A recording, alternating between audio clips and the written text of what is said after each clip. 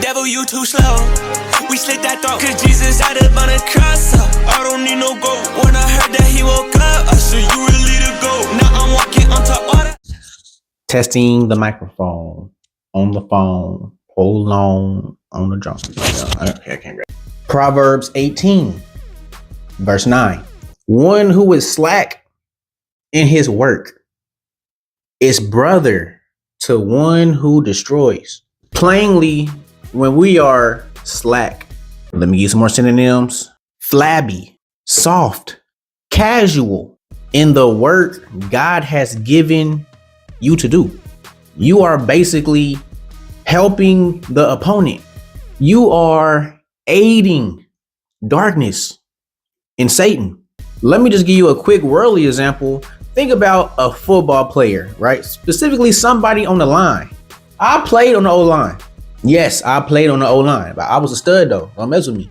And one thing I know for sure, you gotta act as a unit. Now imagine that the tackle, for example, you know, they ain't working out. They ain't going to the weight room.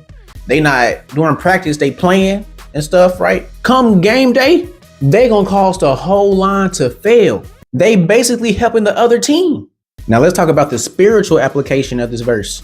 Now y'all remember the video about us understanding the assignment, you know, understanding the task that God has given us to do as his people.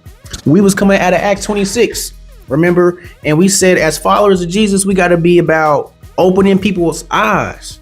We got to be about turning people from darkness to light. And we said we got to be about turning people from the power of Satan to God. Now let's just imagine for a moment that we were slacking in those assignments. What do you think will happen if we want to try to open people's eyes? If we want to try to turn them from darkness to light? If we want to try to turn them from the power of Satan to God? I can tell you what ain't gonna happen. The second part of the verse, where Jesus said, we do all of that so that people can receive forgiveness of sins in a place among those who are sanctified by faith in him.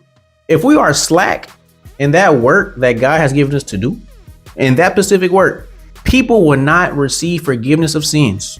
People won't be forgiven. People won't be saved.